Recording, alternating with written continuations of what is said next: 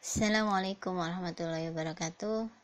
Alhamdulillah, setelah kemarin kita sudah belajar pembahasan di awal, sekarang kita sudah bertemu kembali. Semoga selalu sehat dan dalam lindungan Allah Subhanahu wa taala. Amin.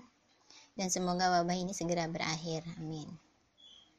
Sebentar lagi kita akan menuju ke Ramadan, jadi kalian perbanyak doa agar wabah ini berakhir dan kita dapat melaksanakan puasa di bulan Ramadan dengan lebih tenang dan bahagia. Pertemuan 5 kali ini membahas tentang pemodelan sistem dengan UML. UML ada kepanjangan Unified Modeling Language.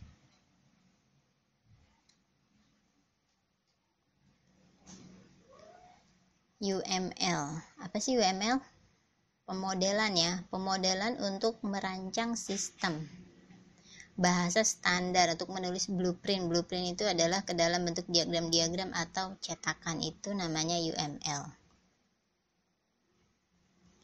UML bertujuan untuk yang pertama adalah penggambaran atau visualizing.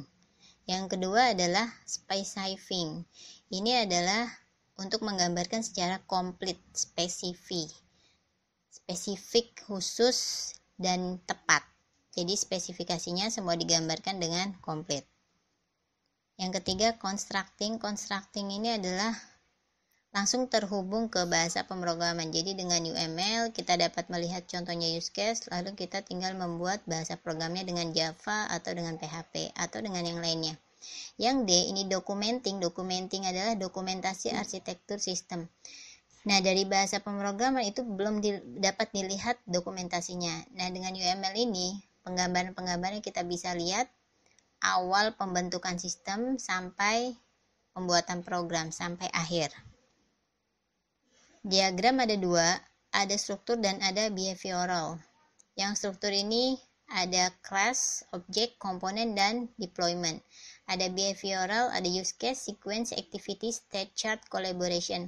Yang sering digunakan dalam TA atau skripsi adalah class, use case, dan sequence, dan activity. Keempat itu yang sering digunakan. Behavioral ini artinya adalah kebiasaan-kebiasaan, kegiatan atau aktivitas.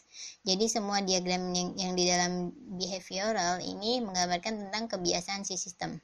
Kalau diagram struktur, ini adalah struktur dari database atau struktur tampilan maupun struktur dari aktor-aktornya. Yang pertama, kelas diagram. Kelas ini membahas desain statis. Jadi kelas diagram ini membahas tentang database atau antarmuka atau kolaborasinya atau hubungan mereka. Yang kedua ini adalah objek. Objek ini memodelkan instan dari hal-hal yang terdapat di dalam kelas diagram. Jadi di dalam kelas diagram itu kan ada namanya relasi-relasi atau entitas ya, atau database atau table-table. Nah, table ini dinamakan objek diagram. Lalu yang ketiga, komponen. Komponen ini adalah ketergantungan antar sekumpulan. Jadi komponen ini ketergantungan atau relasinya antar diagram-diagram tersebut, antar organisasinya. Yang keempat, nanti kita akan ada contoh di bawahnya ya. Yang keempat adalah deployment diagram atau diagram pengembangan konfigurasi komponen dalam proses eksekusi aplikasi. Jadi di deployment ini kita bisa lihat konfigurasinya, lalu perangkat kerasnya apa, lalu perangkat lunaknya apa. Yang kelima adalah use case, interaksi antara satu atau lebih aktor. Jadi di use case ini nanti akan ada aktor, dan use case ini kegiatannya menggambarkan tentang apa yang dilakukan, bukan bagaimana melakukan. Selanjutnya sequence diagram. Sequence diagram ini adalah urutan waktu pada pesan.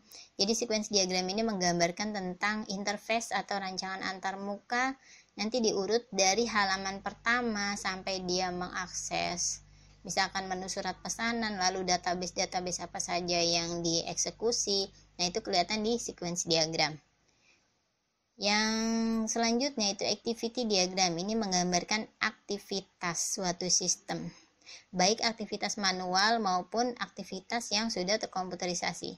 Kalau yang manual mungkin pemakaian dokumennya masih manual, itu dari pelanggan lalu ke supplier atau ke toko atau yang lainnya, atau ke bagian penjualan. Nah, kalau yang terkomputerisasi itu bisa jadi dari user ke dalam sistem. Apa yang dilakukan user di rancangan antarmuka, lalu dia ngeklik apa, lalu sistem merespon bagaimana meresponnya. Yang kedelapan ini state chart diagram, perubahan status atau transisi status dari sebuah mesin atau sistem atau objek. Ini menggambarkan tentang perilaku kelas, jadi perilaku-perilakunya, reaktif ya. Nanti untuk state chart ini minggu depan dijelaskan contohnya. Yang kesembilan collaboration diagram. Collaboration diagram ini adalah kolaborasi perluasan dari diagram objek. Kalau objek tadi kecil-kecilnya atau table-tablenya, nah ini perluasannya. Nanti akan ada asosiasi atau interaksinya atau hubungannya. Dan akan ada message-nya seperti yang ada di sequence diagram. Yang pertama use case diagram. Use case diagram tadi adalah menggambarkan apa yang dilakukan oleh si aktor. Aktor ini adalah orang yang menggunakan sistem atau menggunakan aplikasi. Nah, ini use case, tujuan dari use case. Intinya adalah memodelkan aliran dasar peristiwa dalam use case, itu intinya itu. Jadi misalkan kita di satu aplikasi itu ada aplikasi penjualan, si use case aktor yang pertama ngapain sih? Yang pertama login, setelah login lalu ini si aktor ya di penjualan dia misalkan ingin membeli online, setelah login daftar dulu, setelah daftar dia login, setelah login dia pilih barang, lalu pesan barang, lalu bayar, lalu kirim. Nah, itu contoh use case. Nah, ini simbol use case. Use case ini aktivitasnya nanti ditulis di dalam, digambarkan dengan elips, lalu aktornya digambarkan dengan seperti ini. Aktor itu contohnya pelanggan, lalu customer, intinya orang, menggambarkan orang atau entitas. Dan selalu namanya itu kata benda, tidak mungkin tuh kata kerja. Asosiasi ini adalah aliran data atau informasi atau penghubungnya antara aktor dengan tadi use case ya. Generalisasi ini pun sama penghubungnya. Hanya bedanya kalau generalisasi arahnya dari child ke parent, dari anak ke orang tua. Lalu kalau relasi ada include, ada extend. Kalau include ini adalah tanda panah terbuka harus terarah ke sub use case. Jadi dia arahnya ke kanan, biasanya kalau extend arahnya ke kiri, dibalik, perluasan dari use case lain. Include ini adalah wajib, hal-hal yang wajib dikerjakan. Kalau extend ini pilihan, tidak wajib. Itu bedanya include dengan extend. Boundary box ini memperlihatkan batasan. Jadi nanti di dalam use case itu ada boundary-nya, tapi ada beberapa use case yang tidak digambarkan boundary-nya. Contoh ini relasi use case di perpustakaan. Yang pertama meminjam buku. Lalu tadi include-nya itu pasti ke arah kanan ya, extend ke arah kiri atau ke arah atas. Kalau include itu ke bawah atau ke kanan. Meminjam buku, sebelum meminjam buku harus cek status pinjaman dulu. Apakah ada pinjaman sebelumnya atau tidak? Dan mungkin kalau ada pinjaman itu dia tidak bisa meminjam buku, itu include, wajib, harus. Untuk mengembalikan buku, nah ini dia, membayar denda ini tidak semua orang membayar denda ketika mengembalikan buku ya. Ada orang yang tepat waktu berarti dia tidak membayar denda, makanya di sini adalah extend. Aktornya ini adalah anggota, use case-nya ada 4. Itu bedanya include dan extend. Ini contoh lagi penggambaran use case login. Melakukan login dengan mengisi username dan password. Tapi menurut saya kalau use case itu tidak perlu komplit, jadi login saja. Untuk mengisi username dan password itu bisa di activity. Ini adalah panah apa tadi? Asosiasi ya, asosiasi atau generalisasi kita lihat sebelumnya. Nah, tadi panahnya ini masih asosiasi bukan generalisasi. Karena kalau generalisasi itu panahnya berbeda, tapi sebaiknya tidak menggunakan tanda panah, jadi hanya garis saja. Itu kalau asosiasi. Kalau ada tanda panah itu berarti ada include atau extend, di sini dia. Atau generalisasi. Kalau asosiasi itu hanya garis. Nah, ini ya salah karena juga menggambarkan terlalu komplit. Jadi hanya login aja untuk use case, tidak perlu mengisi username dan password, itu terlalu komplit. Itu tidak boleh di dalam persyaratan use case, itu hanya di activity saja.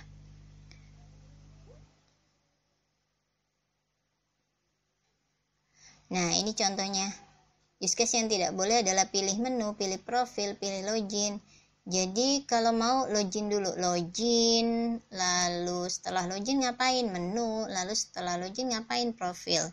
Jadi tidak ditulis bisnis process, bukan aksinya seperti dalam activity diagram.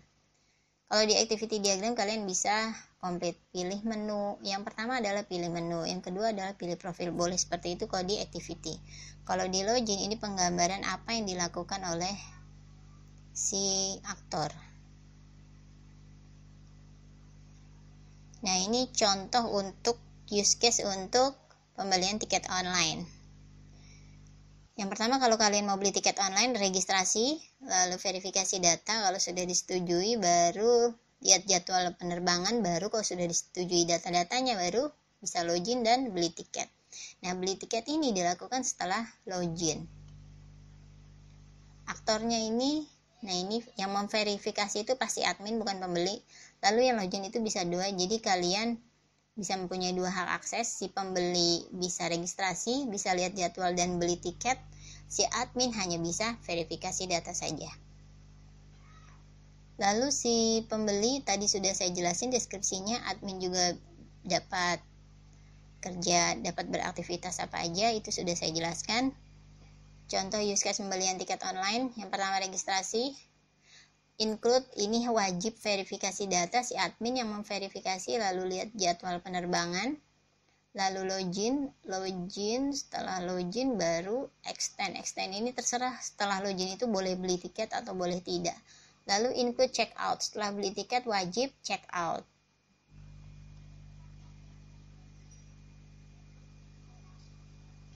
Nah, ini nama use case-nya. Kalau di use case itu ada deskripsi masing-masing. Use case menyediakan layanan pembelian tiket, aktor pembeli, preconditionnya login, lalu post conditionnya setelah login. Ngapain? Post ini adalah setelah login. Milih cara pembayaran, melakukan check out, melengkapi data penumpang, itu setelah login ya. Precondition ini adalah login.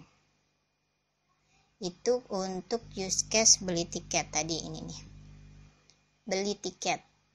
Jadi pre itu sebelumnya login, post itu adalah check out sesudahnya. Relasinya extend dari login. Lalu yang kedua, aksinya adalah setelah registrasi, lalu sistem menyimpan. Lalu setelah melihat jadwal penerbangan, dia klik, lalu sistem menampilkan. Dan membeli tiket, kemudian menampilkan form data penumpang yang harus diisi. Lalu diisi data penumpang, kemudian cara pembayaran. Itu reaksi sistem ya. Lalu milih cara pembayaran, lalu check out dan pembeli notifikasi melalui email. Yang selanjutnya, setelah membeli tiket, lalu melakukan pembayaran, lalu konfirmasi dan mengirimkan e-tiket melalui email. Itu adalah skenario dari pembelian tiket online. Activity diagram adalah menggambarkan logika prosedural, proses bisnis dan jaringan kerja antar pengguna dan sistem. Activity ini adalah menggambarkan tentang bagaimana si aktor melakukan di dalam sistem atau melakukan semua kegiatan. Gambar-gambarnya mirip flowchart dan mirip juga dengan flow map. Lalu dibuat sebuah atau beberapa use case. Jadi dia berdasarkan use case. Contoh tadi di use case ada login, lalu di activity bisa dijelaskan memasukkan username dan password. Atau di activity ada tulisan, di use case ada tulisan registrasi. Nah, di activity dijelaskan lagi registrasinya ngapain. Memasukkan user dan password yang baru, lalu memasukkan data si user, itu bisa juga seperti itu. Jadi activity ini adalah kelengkapan dari use case. Simbolnya ini star, lalu simbol N seperti ini dibedakan. Awalnya memiliki ini, lalu N, lalu activity, semua kegiatan ditulis di sini.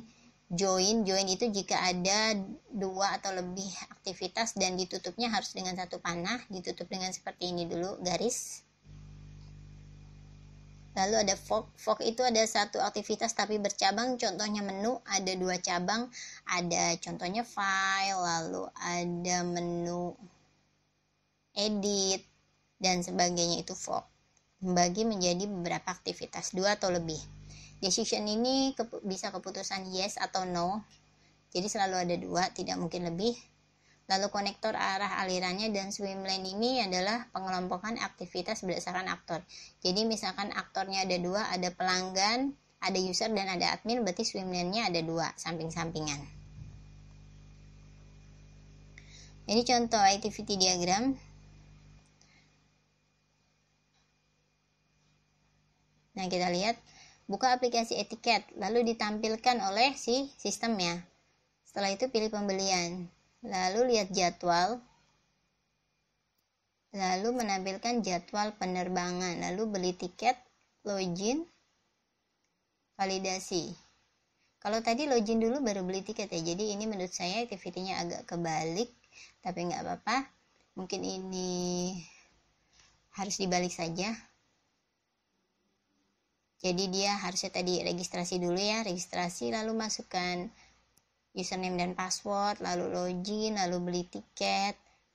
Nah, ini adalah komplitnya. Kalau valid berarti menampilkan form data penumpang yang harus diisi. Kalau invalid harus login kembali sampai dia mengirimkan etiket ya.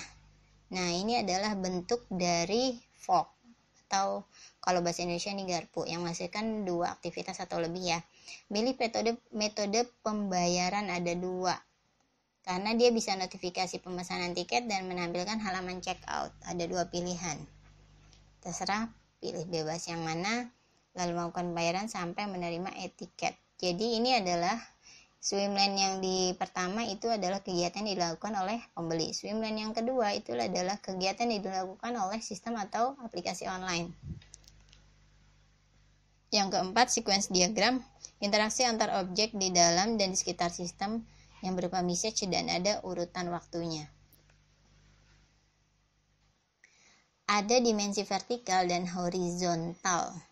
Kalau vertikal yang turun ke bawah itu waktu, kalau horizontal itu objek yang terkait. Nanti ada urutan pesannya.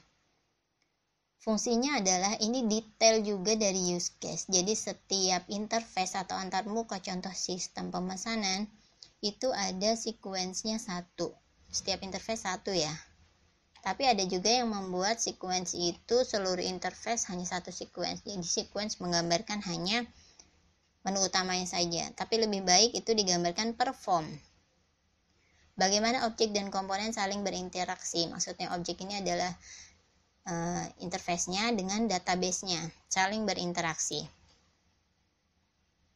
Contoh simbol sequence, ada objek, ada aktor, tadi seperti use case, ada entity ini contohnya form peminjaman, form penjualan, dan sebagainya.